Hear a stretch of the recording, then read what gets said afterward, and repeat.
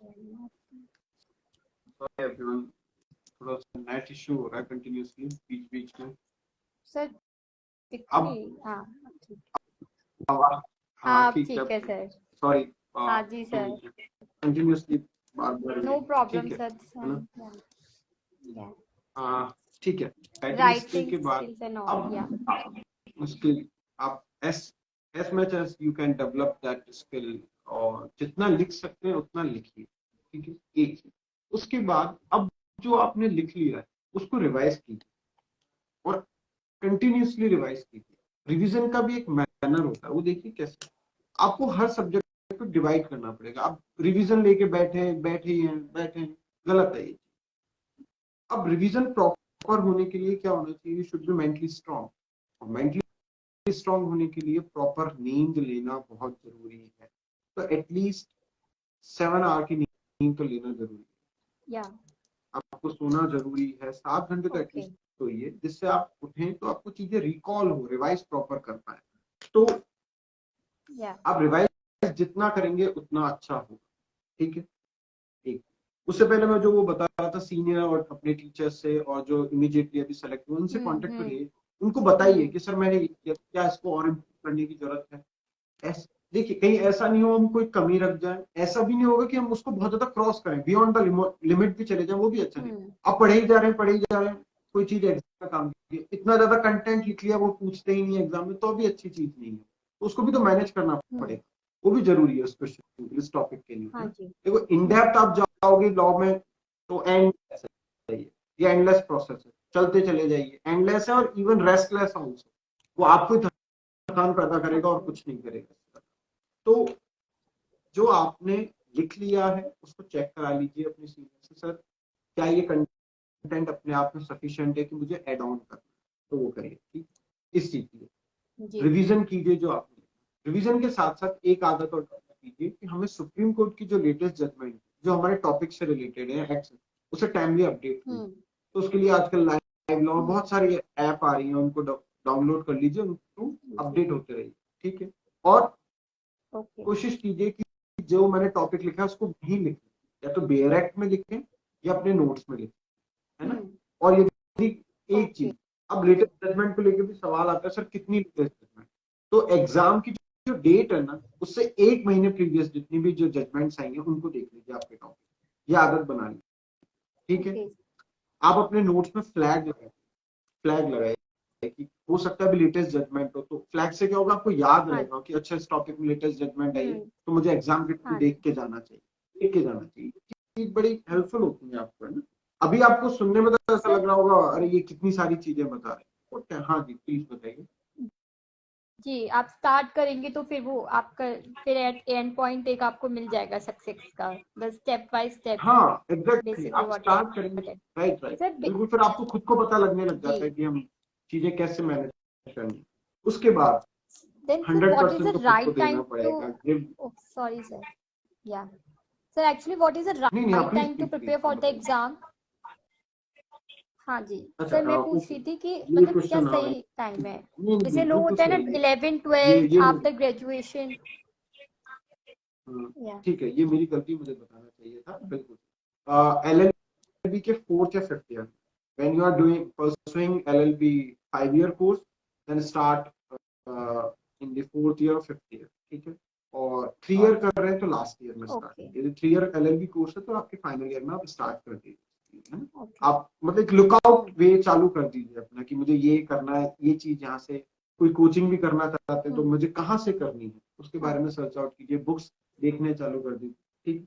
100% देना पड़ेगा, 100% कैसे, 100% ऐसे कि खुद को दिमाग में ये सेटिस्फेक्शन होना चाहिए कि जब मैं पेपर दे रहा हूँ, शिट मैं ये पढ़ लेता तो आज मेरा हो जाता, वही कमी है, वहां आपने 100% नहीं दिया, क्योंकि आपने ही लैक्यूना छोड़ा है खुद ने चल। कोई क्वेश्चन ऐसा नहीं होना चाहिए, शॉकिंग सही नहीं, बात, मे भी गलत हो सकता है, देखो 100% तो कोई सही नहीं हो सकता, बट ये नहीं हो कि मैंने तो ये कभी हाँ सुना ही नहीं था, तो फिर वो लैक्यूना आपके पास, जी वो आपके टीचर के पार्ट पे नहीं, वो आपके प्रिपरेशन के पार्ट पे लैक्यूना है। तो आप हर टॉपिक को एक बार गो थ्रू करते रहिए, उतना ही पढ़िए जितना बर्डन उठा सकते हैं, क्योंकि बर्डन आपने ज्यादा उठा ली तो रिवीजन में दिक्कत आएगी, ये भी चीज, ये भी इशू। कई जने होते हैं बिल्कुल लास्ट मोमेंट पे पढ़ने लग जाते हैं, गलत गलत है। थोड़ा सा टाइमली मैनेज करके चलिए कि मुझे ये चीज इतने टाइम पीरियड में खत्म करनी है।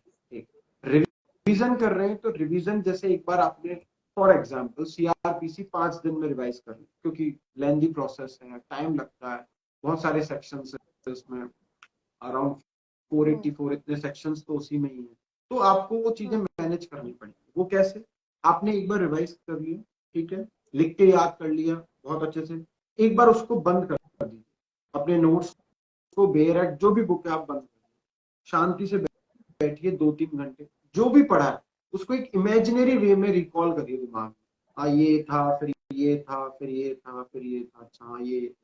तो आप पीसफुली माइंड के साथ रिवाइज करेंगे, मैं गारंटी दे रहा हूँ आपको आपके पन्ने दिखाई देंगे इमेजिनरी, आपको अपने पेजेस दिखाई देंगे। मतलब जब मैं प्रिपेयर करता था मुझे ये भी पता होता था मेरे बेरक में ये जो सेक्शन है ना, ये इस पेज पे left hand side bottom part में कि ऊपर की साइड।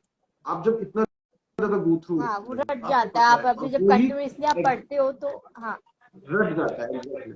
मतलब राइटिंग स्किल क्यों डेवलप करने के लिए बार बार बोला जाता है, लिख लिख के याद करने के लिए क्यों? बेसिकली माइंड क्या है और हाथ क्या है, एक फोटोकॉपी मशीन।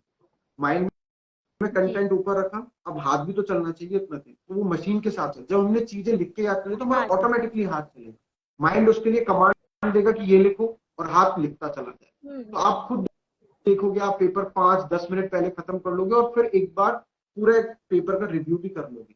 अच्छा यहाँ ये मिस हो गया, ये ऐड ऑन कर लेता हूँ, यहाँ कुछ एक्स्ट्रा डाल दिया तो उसको हटा देता हूँ, क्या मतलब? ये चीज, ये टाइम मैनेजमेंट। टाइम मैनेजमेंट सिर्फ पढ़ना नहीं है, एग्जाम क्लियर करके आना भी टाइम मैनेजमेंट का पार्ट है। वो भी तो इम्पोर्टेंट है। वहां एग्जाम लिख रहे हैं तो इतना नहीं बस बैठे बैठे ही लेके बैठे, वो भी नहीं है ना, ये चीज। तो स्ट्रेटजी बनाना इज वेरी बेसिकली ये how to important. Prepare for, हाँ स्ट्रेटेजी बिल्कुल 100%। एक एक जिस भी जो आपकी स्टडी टेबल है या वार्डरोब है जहां आप अपनी बुक्स, वहां एक ब्लैंक पेपर रखिए 100%। वो कैसे? जब भी आप कोई चीज पढ़ते हैं तो हमें पता रहता है ये पोर्शन हम रिवीजन में लाते हैं, भूल जाते हैं, तो 100% वो आपका वीक पॉइंट, तो उसको लिख लीजिए कि मुझे ये चीज बार बार हिट करती है कि मेरे को रिकॉल नहीं होती है, उसको लिख लीजिए। एग्जाम वाली सुबह उन्हीं उस पेज को देखिए, उस पेज को, तो वो कमी है, क्योंकि सबकॉन्शियस माइंड में लॉ तो है, अब रिफ्रेश करनी है मेमोरी, वो कैसे करनी है? तो वो पूरा सिलेबस तो कर नहीं सकते ऑब्वियस है, तो कमियां ही तो दूर करेंगे एग्जाम की सुबह। तो एग्जाम की सुबह क्या कि जो आपका पेपर है A4 पेपर है, A3 साइड का पेपर है, उसको देख जाएंगे तो आपको अच्छा, अब जैसे आप एग्जाम लिखेंगे यदि वो हिट किया तो आपको A4 अपना पन्ना याद आ जाएगा, अरे हाँ ये था, अब मैं सही कर, तो आप बिल्कुल रिलैक्स होंगे एग्जाम, बिल्कुल पीसफुली अटेम्प्ट। एक दूसरी चीज, पहली बार में जो क्वेश्चन हिट करे, आंसर जो हिट करता है वही सही है, ज्यादा दिमाग लगाया गड़बड़ी हो जाए। क्लियर हुआ? ठीक। मतलब ये तो मैंने कुछ जो मैंने फैक्टर्स तैयार किए थे हाउ टू प्रिपेयर फॉर जुडी, ठीक है। अब अपना इसमें किसी को कोई डाउट है तो प्लीज बताइए, आपके भी पास कोई डाउट है, कोई क्वेश्चन है तो बताइए, जिससे ये अपन एक टॉपिक तो साइड में रखते हैं, फिर दूसरे क्वेश्चन पे डील करते हैं। हाँ ओके। नहीं सर, एक्चुअली आपने बहुत क्लियरली और सारे क्वेश्चंस को आपने कवर अप कर लिया बेसिकली, जो भी बहुत इंपॉर्टेंट होते हैं स्टार्टिंग में। सर एक क्वेश्चन मैं पूछना चाहती हूँ, एक्सपीरियंस पूछते हैं कि जो सिटिंग हैबिट होती है ना स्टार्टिंग में, when I start suppose preparation आप स्टार्ट कर रहे हो तो आपको इतनी आदत नहीं है कि आप 10 घंटे 12 घंटे बैठ के पढ़ाई करें एकदम फोकस होके, है ना, हमारे डेली लाइफ रूटीन में होता है। तो आप सिटिंग हैबिट कैसे बनाते हैं अपने आप को, वो मोटिवेट कैसे किया जाएगा? सर मैं हाँ इसको ग्रेजुअली स्टार्ट किया जाता है, ग्रेजुअली स्टार्टिंग डेज में 2 घंटे बैठिए, मतलब कोशिश कीजिए 1 घंटे बाद तो मैं थोड़ा सा 5 मिनट का ब्रेक लूंगा, 2 घंटे बाद में 5 मिनट का ब्रेक। तो ग्रेजुअली स्टार्ट कीजिए, पहले 2 घंटे, फिर 4 घंटे, फिर 6, 8, 10, कई जने 12, 13, 14 कर ली, मैं लेके गया हूँ 14। तो वो ग्रेजुअली, ऐसा नहीं कि वो आज बैठे और कल 14 घंटे, नहीं नहीं नहीं, it is a gradual process. 20 दिन, 1 महीने बाद आओगे आप। और वैसे भी कहा जाता है एक टेंडेंसी कि 21 दिन बाद आपको हैबिट पड़ जाती है, कोई भी चीज करते रहते तो आप बैठोगे। तो उसके लिए मैं बताऊंगा वो चीजें क्या करनी है कि बेसिकली आप एक तो जो एक्सटर्नल फैक्टर्स हैं जो हिंड्रेंसेस पैदा करते हैं, लाइक मोबाइल फोन, आपका लैपटॉप, दूर रखिए। क्योंकि आपका मन करेगा इंस्टा चला लेता हूँ, व्हाट्सएप चला लेता हूँ, अच्छा किसका क्या मैसेज आया होगा, मन करता है, human tendency. Human tendency, young age में तो 100% करे। तो इनको प्लीज दूर रखिए अपने, जब पढ़ रहे हो, जब पढ़ रहे हो। तो यही तो होगा, उस वक्त उस चीज को पढ़ने का मन नहीं होगा तो बगल में रखी बुक ही देख लोगे, तो एनरिच तो हो रही है नॉलेज। हाँ, एनर्जी वेस्ट होने के बजाय कोई नॉलेज एनरिच होगी तो वो ज्यादा अच्छा है। इसमें तो आप एनर्जी गेन हो वेस्ट रहे ही राइट। करोगे अल्टीमेटली आप। ठीक है। तो इसलिए ग्रेजुअल प्रोसेस है, धीरे धीरे धीरे धीरे, 1 महीने 1.5 महीने में आपको आदत। मैंने भी जब स्टार्ट किया तो मैं ऐसे ही पढ़ता था 2 घंटे 3 घंटे, तो मुझे भी 1-1.5 महीने में आदत हो गई थी, मैं 14 आवर्स तक शिफ्ट करने लगा।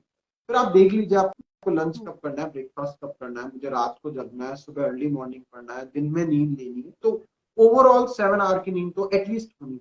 ऐसा भी नहीं कि बिल्कुल 10-12 घंटे सो ही रहे, वो भी गलत, कुछ और कर ही नहीं रहे, नहीं ये भी नहीं।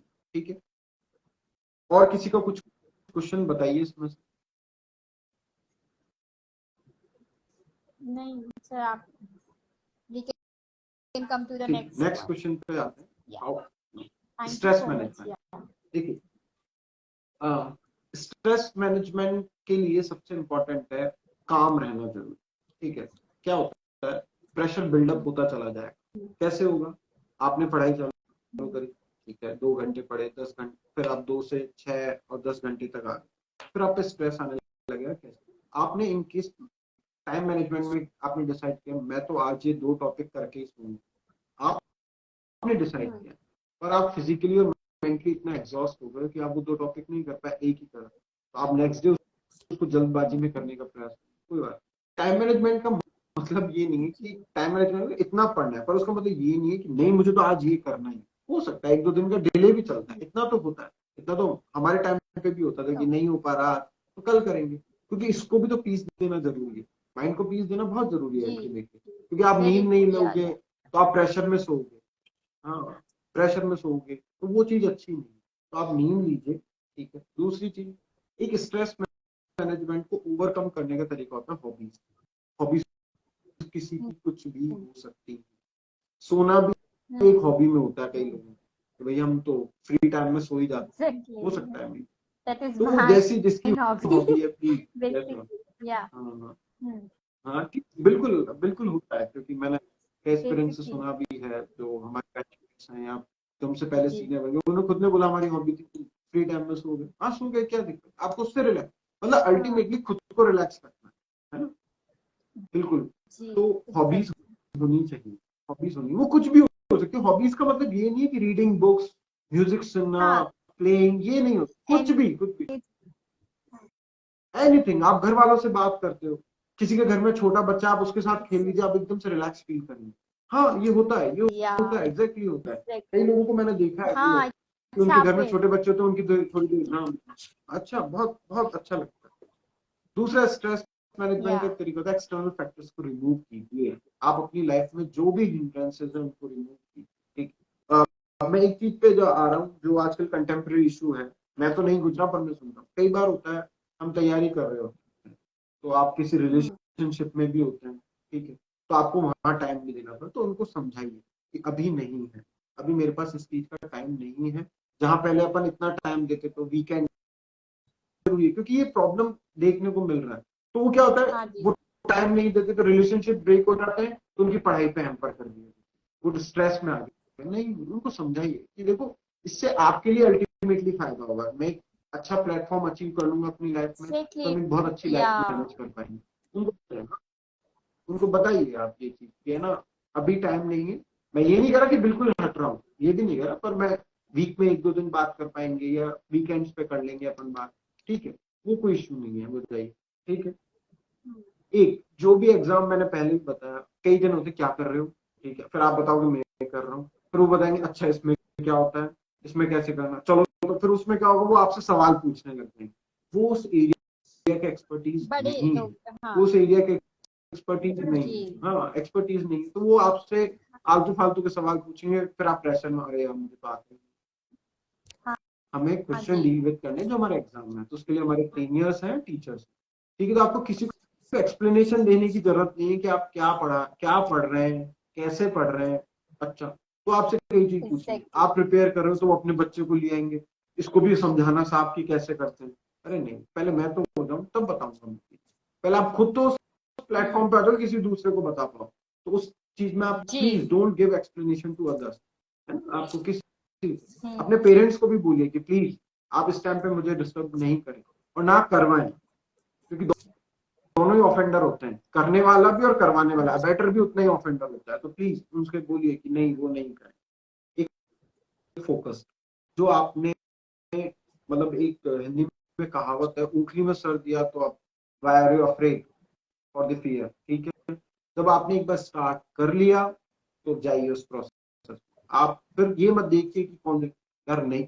कई बार क्या होता है, हम नेगेटिव साइड में ज्यादा जाने लग जाते हैं, होता है, मेरे साथ भी हुआ था। नहीं हुआ तो क्या होगा, तो आप सोच लीजिए। यूपीएससी में मेरे ख्याल से अराउंड 3 to 4 लाख लोग फॉर्म भरते हैं, सेलेक्ट कितने होते हैं, 1000। तो बाकियों का जीवन खत्म हो गया, खत्म नहीं हुआ।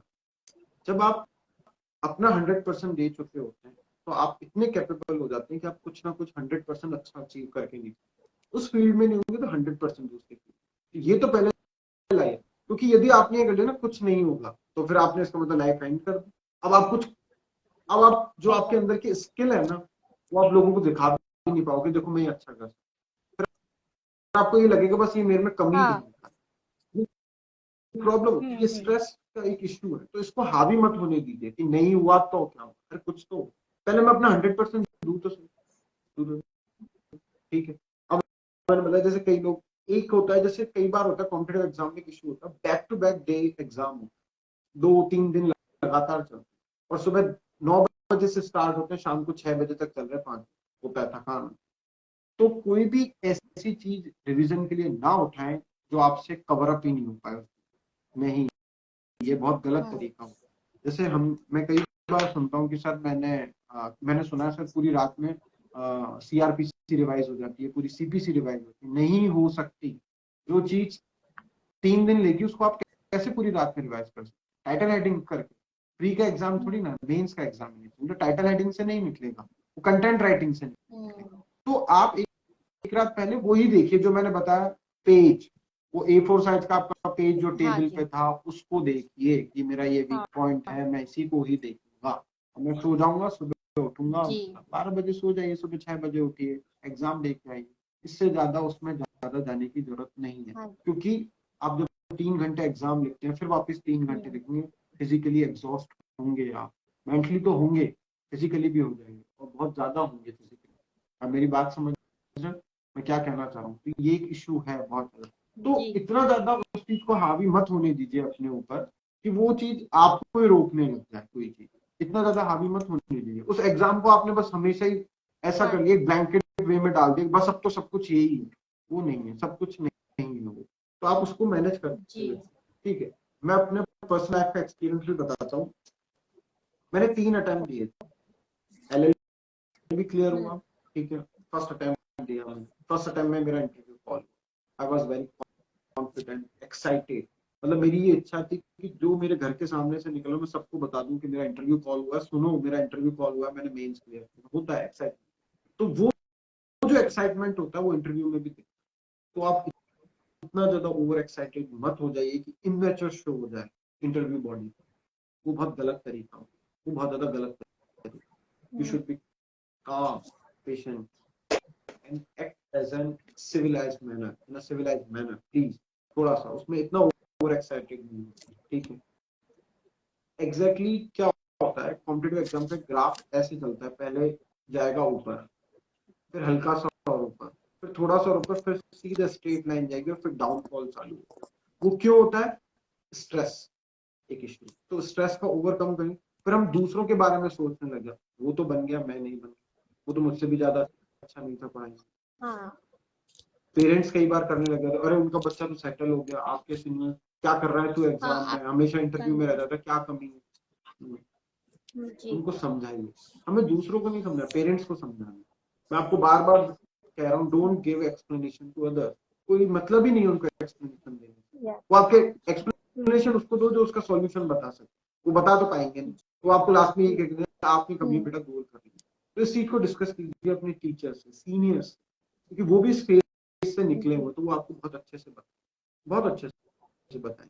एक कॉम्पिटेटिव एग्जाम को लेके मैंने कई बार सुना है यार उसका बैकग्राउंड है तो वो तो क्लियर है, नहीं, इंडिया डेमोक्रेटिक कंट्री, ऐसा कोई इशू नहीं है कि किसी, डेमोक्रेसी में सबको राइट है, आप जितना अच्छी मेहनत करेंगे आपका नंबर आएगा। ये क्या तरीका अपना रखा लोगों ने, देखो उसके पेरेंट्स ये हैं उसके पेरेंट्स, नहीं ऐसा कुछ नहीं, उतनी मेहनत लगती है दोनों को बढ़ने में। प्लीज आप अपनी स्टडी टेबल से प्यार कीजिए, बस जो आपकी स्टडी टेबल है, नोट्स है, बुक्स है, उनसे प्यार कीजिए। एक साल थोड़ा सा सोसाइटी को अवॉइड करने का कोशिश कीजिए, क्योंकि वो एक्सटर्नल फैक्टर्स हैं, वो आपके हिंड्रेंसेस पैदा करेंगे। आप अपने उस दोस्त से बात कीजिए जो आपको थोड़ा सा रिलैक्स फील कराते हैं, या 15 मिनट से बात करोगे, इधर उधर की बातें होती, थोड़ी गपशप होती, मन लगता है, बहुत अच्छा। घर वालों से हाँ बात कीजिए, डिनर एटलीस्ट डिनर को उनके साथ कीजिए, मतलब एक मील तो घर हाँ, वालों जैसे के साथ पूरी तरीके से पूरे लोग दिन। भी प्रेफर, हाँ जी, जैसे लोग ये हाँ करते आप हैं कि एग्जाम की बताइए। प्रिपरेशन कर रहे हैं, चाहे यूपीएससी यूपीएससी, कि बिल्कुल अपना सोशल चाइट और फैमिली सब कुछ वो छोड़ देते हैं, अलग कर देते हैं कि नहीं नहीं मुझे पढ़ना है जिस, तो ऐसा होना जरूरी है कि आप बिल्कुल ही कट ऑफ कर लो, आप मतलब पूरे दिन में थोड़ा भी टाइम नहीं दे रहे हैं उन सब चीजों के लिए। नहीं नहीं नहीं नहीं, देखो मैंने बताना, एटलीस्ट कुछ तो निकालना पड़ेगा दिन में, 24 घंटे थोड़ी पढ़ते रहो, तो कुछ तो नहीं। जैसे आप कॉम्पिटेटिव एग्जाम के लिए तैयारी करना है तो आप दिल्ली चले जाएंगे, राजस्थान में तो जी, जयपुर है, तो आप हॉस्टल हाँ, में रह रहे हो, शाम को वीडियो कॉल कीजिए घर वालों के साथ, 10-15 मिनट बात करोगे, अपने फ्रेंड के जी, साथ कर लिया, रिलेशनशिप में तो अपने पार्टनर से कर लिया, तो आपको बड़ा रिलैक्स फील पार्टनर से करो, होगा, बहुत देखते अच्छा हैं, होगा। हाँ जी, और यदि घर पे कर रहे हैं तैयारी, तो एटलीस्ट एक मील तो घर वालों के साथ की, वो आप लंच लेना चाहें लंच ले सकते हैं, डिनर पॉसिबल हो पाता है क्योंकि ऑफिस आवर्स भी होते हैं लंच में, तो वो पॉसिबल नहीं। मॉर्निंग टी जी, उनके साथ ले हाँ जी, लीजिए, हाँ इवनिंग टी सही, ले लीजिए, डिनर ले लीजिए, तो वो थोड़ा सा अच्छा लगता है, थोड़ा सा अच्छा लगता है। आपको लगता है डिनर के वक्त मुझे टीवी देखनी चाहिए, टीवी देखिए, कोई इशू नहीं, पर टीवी नहीं उसमें अटैक ही गए, वो 2 घंटे खींच गए, हाफ एन आवर ठीक है, उतना देर देखा, ओके रिलैक्स, बहुत बढ़िया, जो भी है।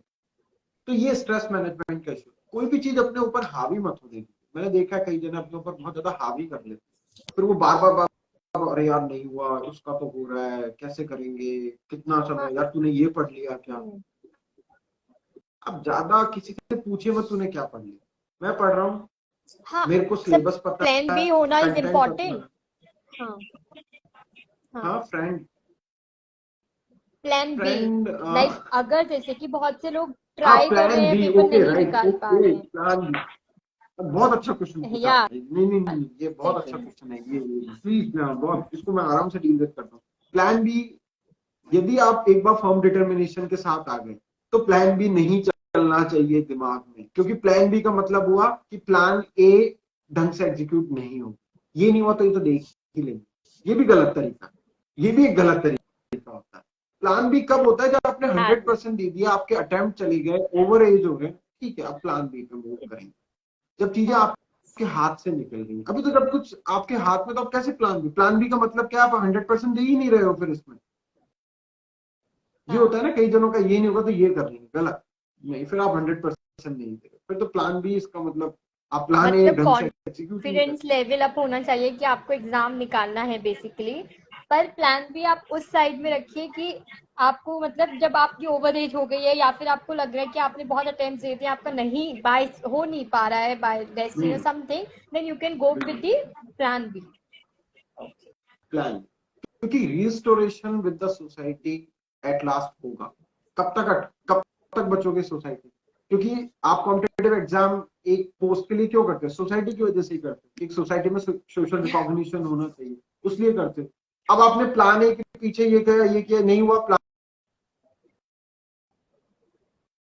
जी, तो आप प्राइवेट सेक्टर में आओगे, तो प्राइवेट सेक्टर में क्या हो सकता है, मार्केटिंग में, तो कस्टमर को सेटिस्फाई करना पड़ेगा, आप बिजनेस करोगे तो कस्टमर सेटिस्फेक्शन तो पहला नियम, तो वो अल्टीमेटली सोसाइटी से डील विद तो आपको करना पड़ेगा, इससे बच नहीं पाओगे, कट आउट 2 3 4 5 साल रह पाओगे, फिर कहाँ जाओगे।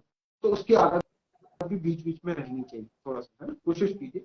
ऐसा भी नहीं है कि अवॉइड करने का तरीका बिल्कुल ही गायब हो गया, वो भी एक तरीका अच्छा नहीं है, वो भी नहीं है, पता ही नहीं है लोगों को, आप सुनने में अच्छा लगता है, बट थोड़ा बहुत बीच बीच में आप देखते रहने चाहिए कि हाँ है, ठीक है, मैं भाई ऐसा तो भाई आपका जैसे प्री हो गया तो नेक्स्ट डे से पढ़ाई चालू कर, 1 2 दिन अपने दोस्तों के साथ कहीं चिल आउट करिए, कहीं डिनर पे चले जाइए फैमिली, फिर वापस मेंस के लिए लग गए, 2 महीने में मेंस हो गया, फिर मेंस जिस दिन हुआ उस दिन चिल आउट गया, इंटरव्यू कॉल हुआ, तो लोगों से बात कीजिए, मूवी देखिए, ये तो थोड़ा सा आपको अच्छा लगे।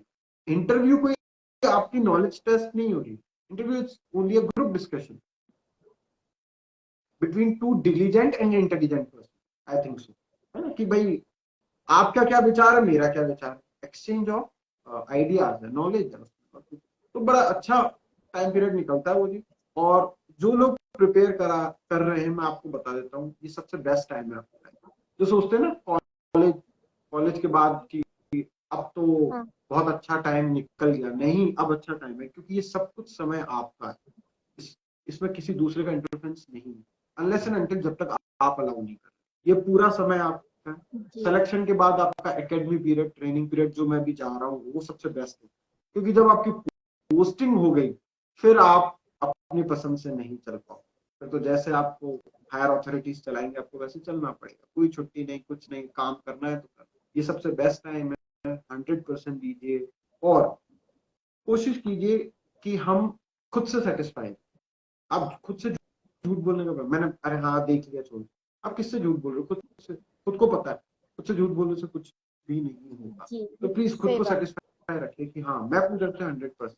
पढ़ाई एक ऐसी चीज है जो दूसरा अपने आप महसूस करता है, पेरेंट्स खुद ही महसूस करने लग जाएंगे यार ये पढ़ता तो, यदि घर वाले हाँ, कह रहे हैं कि यार तू पढ़ा कर तू पढ़ता नहीं, तो उसका मतलब लैक्यूना अभी भी है 100%। मैं आपको गारंटी दे रहा हूँ लैक्यूना आपको खुद को फील होने लगे। तो please give your 100% to that examination, उससे ऑनेस्टी रखिए, एग्जाम से ऑनेस्टी रखिए, अपने आप से ऑनेस्टी रखिए, सब कुछ बहुत आसानी से। End of the day luck factor आपका काम करे। एक कहावत होती है बड़ी हिंदी में कि 90% पुरुषार्थ, पुरुषार्थ का मतलब होता है हार्ड वर्क, और 10% लक, फॉर्चुनेट। तो वो तभी 10% काम करेगा जब आप 90% पुरुषार्थ अच्छे से कर चुके। तो प्लीज 100% दीजिए। अब बिल्कुल आते सही हैं बात। एग्जाम एग्जैक्टली डील विद कैसे करना है, तो मैं इसका एक तरीका बता देता हूँ आपको। पहले प्री बता देता हूँ, फिर मेंस का तरीका बताऊँ विद इन 5 मिनट्स, फिर अपन माइंड अप करेंगे, है ना। जैसे प्री में जी, 100 क्वेश्चन आ रहे हैं और 2 आ रहे हैं, तो 70 का लॉ है और 30 का लैंग्वेज। तो आप एक काम कीजिए, पहले फर्स्ट हाफ नहीं, फर्स्ट 30 मिनट्स में, 2 घंटे का पेपर है तो फर्स्ट 30 मिनट्स में 35 क्वेश्चन अटेम्प्ट किए। 35 क्वेश्चन अटेम्प्ट, जी, अटेम्प्ट बोल रहा हूँ, आना जरूरी नहीं है कि मेरे आंखों से एक बार 35 क्वेश्चन निकल, और उनको जैसे ओएमआर शीट में वहीं फिर सर्किल बना लीजिए, डार्कन कर लीजिए। नेक्स्ट 30 जी, मिनट्स में 35 to 70 क्वेश्चन, ठीक है। फिर उसके नेक्स्ट 30 मिनट्स में कितने, 70 टू 100, तो आपने 1.5 घंटे में पूरा एक बार पेपर ऑल राइट। निकाल लिया। अब आपके पास कितने बचा, आधा घंटा बचा। फिर आधे घंटे को वापस 10-10 मिनट के लॉट में डिवाइड कि अब मैं 10 मिनट में जो फर्स्ट 35 क्वेश्चन थे उनको रिवाइज करूंगा, जो मैं भूल गया, मेरे को उस वक्त याद नहीं आया, तो थोड़ा हाँ, सोचने का समय, फिर नेक्स्ट उसमें दूंगा, फिर नेक्स्ट, आप पूरा पेपर कर लिया। आप 5 मिनट पहले फ्री रहेंगे, मैं आपको गारंटी, ये तरीका हो। तो ये भी एक टाइम मैनेजमेंट का पार्ट, ठीक है। हम्म, फिर नेक्स्ट आएगा मेंस के लिए। तो मेंस में जितने पेपर हो रहे हैं तो उसमें देखिए क्वेश्चन जो पूछा है डायरेक्ट उसको हिट कीजिए। मैंने कईयों की स्ट्रेटेजी देखी है, वो लोग इंट्रोडक्शन, जैसे कॉलेज में पेपर अटेम्प्ट करते हैं वैसे करने लगे, इंट्रोडक्शन लिख रहे हैं, मेन कंटेंट लिख रहे हैं, कंक्लूजन लिख रहे हैं। अरे पूछा क्या है, डायरेक्ट उस पर हिट कीजिए, क्योंकि एग्जामिनर के पास भी उतना टाइम नहीं है। आपके लिए एक कॉपी है, एग्जामिनर के लिए हजारों कॉपी है, वो इतना टाइम नहीं देगा आपको। वो क्यों दे, तो आप ऐसा राइट। लिखिए ना कि डायरेक्ट हिट हो जाए, वो नंबर दे और आगे बढ़ो। आगे निकलने का तरीका ये नहीं होता कि आगे ही निकला जाए, आगे निकलने का एक तरीका होता है कि जी, दूसरे को पीछे भी किया। तो वो कुछ आप अपनी राइटिंग स्किल से डेवलप, एक तरीके होते हैं, मतलब आगे निकलने का ये नहीं होता कि पॉइंट्स मैं ही में मैं भी आप भागू। ऐसे अब मेन पॉइंट्स लिखिए। राइट। हाँ उनमें लिखिए, बस डायरेक्ट जो पूछा वो हिट। इंटरव्यू का भी यही है, तो उससे आप देखोगे आपका टाइम मैनेज होगा और आप एग्जाम 5-10 मिनट पहले खत्म करेंगे, फटाफट रिवाइज कर पाएंगे, तो कमी दूर हो जाएगी, है ना। एक पेरुशल रीडिंग हो पाएगी तुरंत पेपर की, कि आप ओके ठीक है, डन डन डन डन, ये कर लिया मैंने, एविडेंटली मेरे को हर चीज दिख रही है कि मैंने लिखी, कुछ मिस आउट तो नहीं हो रही। मिस आउट हो रही तो वहां 10 मिनट बचा भी सही कर लीजिए। वो वाला सीन नहीं हो कि वो हाँ, एग्जामिनर तो वो इन्विजिलेटर तो कॉपी छीन रहा है और आप लिखते जा रहे हैं, this is not the right way to write means. तो ये ओवरऑल मेरा जो एक पर्सपेक्टिव व्यू है कॉम्पिटिटिव एग्जामिनेशन को, बाकी और भी क्वेश्चन हो तो अभी अपन डील कर लेते हैं। No Sir, actually, we have covered all the questions and the main points basically. And I'm really thankful for you. Thank you so much, sir. Thank you Thank for you, sir. Inviting me Yeah. और सभी participants को all the best, good luck for your future. और यदि आपको कोई issue है तो आप पुलकित_RJS पे मेरे को इंस्टा पे डायरेक्ट मैसेज कर सकते हैं, कोई डाउट है तो उस पर डील विद कर सकते हैं, नहीं तो आप मैम के थ्रू भी मेरे को मैसेजेस कर सकते हैं, ये भी प्लेटफॉर्म है तो कोई इशू नहीं। प्लीज आप अच्छे sure, से sir. प्रिपेयर कीजिए, कॉन्फिडेंट रहिए, और जो भी कोई डाउट है आपको अपने पर्सनल लाइफ से कोई इशू है, तैयारी के वक्त कोई इशू आ रहा है तो पढ़ाई से संबंधित अपने सीनियर से कीजिए, पर्सनल इशू है अपने पेरेंट्स से डिस्कस कीजिए, उनको सॉर्ट आउट कीजिए, उनको एग्जाम में मत लेके जाइए, वो कहीं ना कहीं स्ट्रेस का पार्ट होता है, तो प्लीज इनसे ओवरकम कीजिए, है ना। Thank you so much. ठीक है, Thank you thank you so much, sir. Take care. Bye. Thank thank you, you sir. Bye.